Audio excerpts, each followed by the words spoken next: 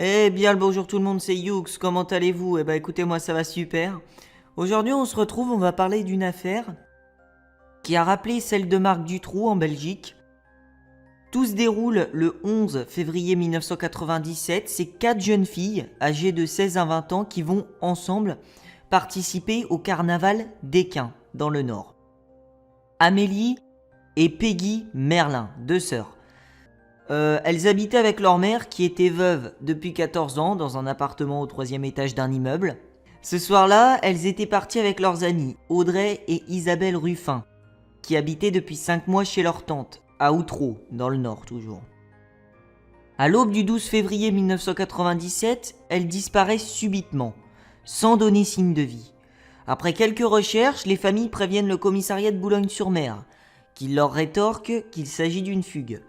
Pourtant, les jeunes filles sont parties sans argent, sans papier, sans vêtements. Elles étaient simplement déguisées pour se rendre à un carnaval. 4 jours plus tard, aucune des familles ni aucun des amis n'a la moindre nouvelle. L'affaire devient inquiétante. Le procureur, lui, est persuadé du contraire et ne lance qu'une simple recherche dans l'intérêt des familles. Il affirme même aux parents qu'elles ont été vues par des gens de confiance à Paris dans un bowling. Leur prénom se serait même affiché sur un tableau enregistrant les scores. En fait, les filles avaient été vues dans différents endroits de la France à des moments simultanés. Les recherches vont donc commencer seulement au moment où l'agence France Presse va faire de cette disparition une affaire nationale. Donc bon, personnellement, moi je trouve ça quand même assez inadmissible de la part des autorités d'avoir fait ça, puisque en gros c'était vous inquiétez pas, elles vont revenir.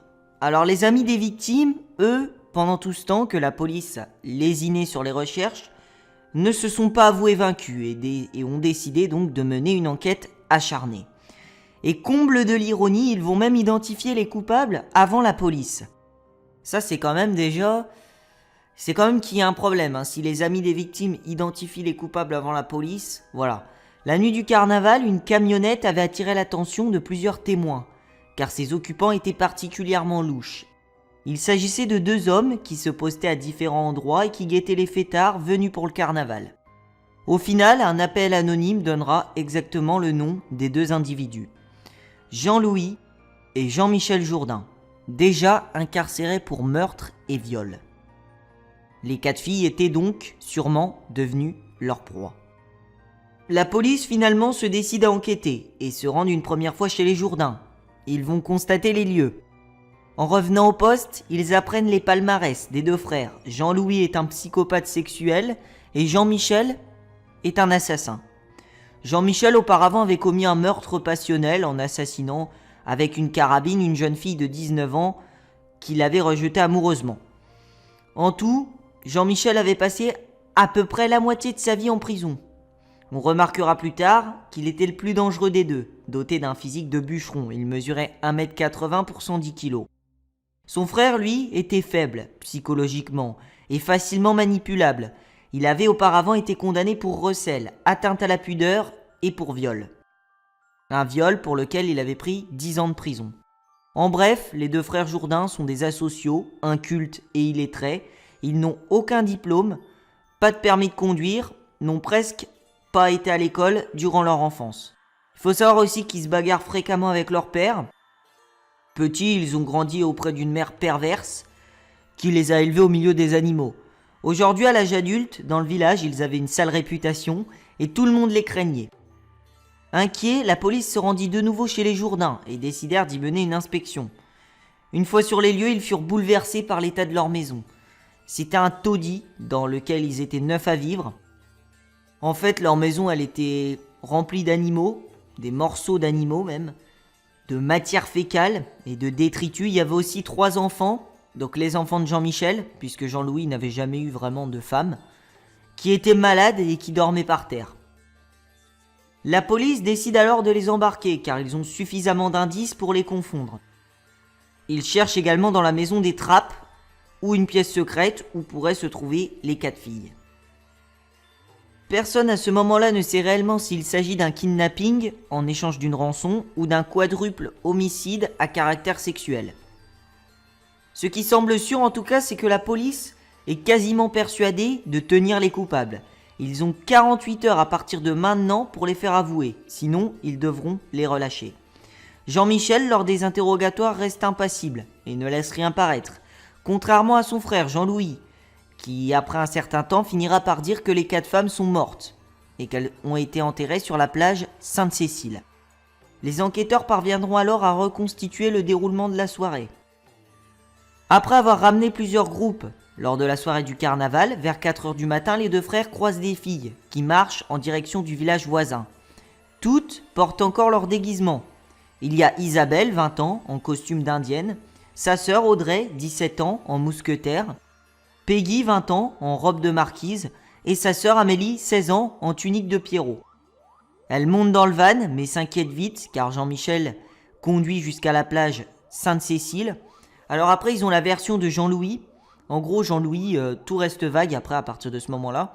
Jean-Louis va faire un témoignage à la police, écoutez bien. Jean-Louis va dire qu'ils sont arrivés ensuite dans un blocos, donc qui se trouvait sur la plage.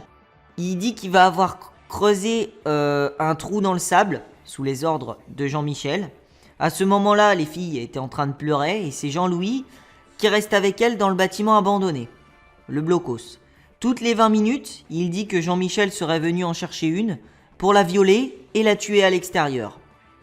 À la fin, ils auraient emmené de force la dernière, Audrey, 17 ans, à qui Jean-Michel aurait ordonné de regarder ses amis et sa sœur mortes au fond du trou, avant de l'étrangler et de la jeter dedans. Et maintenant, on a la version de Jean-Michel. Jean-Michel, lui, il nie tout en gros, il reconnaît effectivement avoir pris les jeunes filles en stop. Mais pour lui, elles rigolaient, elles étaient très heureuses. Ensuite, il reconnaît avoir contemplé la mer pendant 1 heure, avant de retrouver son frère à côté des corps inanimés. Mais sa version est moins crédible, car selon l'accusation, les adolescentes auraient été violées et tuées à l'intérieur du camion. Les 2 frères Jourdain ne seraient allés sur la plage que pour les enterrer. Alors on peut voir que déjà il n'y a pas d'esprit famille, hein, ils s'accusent l'un l'autre, il n'y a aucune fraternité entre ces deux-là. C'est Jean-Louis il dit que c'est Jean-Michel et Jean-Michel il dit que c'est Jean-Louis. Alors Jean-Louis conduira les enquêteurs sur le lieu où il disait les avoir enterrés, et effectivement on retrouvera les 4 filles après avoir creusé pendant plusieurs heures. Elles sont retrouvées empilées l'une sur l'autre, la victime du dessous avait le moins morflé, jusqu'à la victime du dessus qui avait été sévèrement battue. La seconde avait été enterrée vivante. Les frères Jourdain, lors de la découverte des corps, semblaient se trouver sur une autre planète, vraiment. Ils étaient complètement déconnectés de la réalité et ne réagissaient même pas. L'un d'eux jouait même avec le chien du maître chien. Hein, vous savez les chiens là qui sont utilisés par la police pour sentir et essayer de trouver les cadavres ou la drogue, etc. Et ben lui, Jean-Louis, il me semble que c'était Jean... En fait, je sais plus c'était lequel des deux. Je crois que c'était Jean-Louis. Il jouait avec le chien. Alors pour tenter d'expliquer la brutalité de leur crime, les experts ont insisté sur le fait que les 2 frères étaient des consommateurs adeptes de pornographie violente.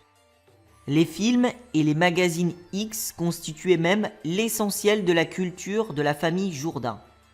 Enfin, la cour d'assises du Pas-de-Calais, c'est-à-dire celle de Saint-Omer, a condamné Jean-Louis et Jean-Michel Jourdain à la réclusion criminelle à perpétuité, avec une période de sûreté de 20 ans pour Jean-Louis et de 22 pour Jean-Michel, devant une foule en colère et furieuse qui réclamait la peine de mort. Voilà, donc en gros Jean-Louis il a été condamné à 2 ans de moins, puisque c'est grâce à lui, on va dire, enfin entre guillemets, hein, grâce à lui que la police a retrouvé les corps, et s'il n'avait pas avoué, eh ben sûrement, et même très certainement, qu'il n'aurait jamais été inculpé pour leur quadruple homicide. C'est vrai que tout reste encore flou, on ne sait pas vraiment qui a tué, on ne sait pas si c'est les deux, on ne sait pas si c'est Jean-Louis, si c'est Jean-Michel. Voilà, en tout cas, tout ce qu'on peut savoir, c'est que c'était un petit peu des cassos, hein, on va dire ça comme ça, des gens qui étaient en marge de la société. J'ai pas fait d'introduction, j'ai pas parlé au début de la vidéo pour vraiment rentrer tout de suite dans le sujet. J'espère que ça vous aura intéressé. Je vous retrouve bientôt pour une prochaine vidéo. C'était Yugs et ciao tout le monde.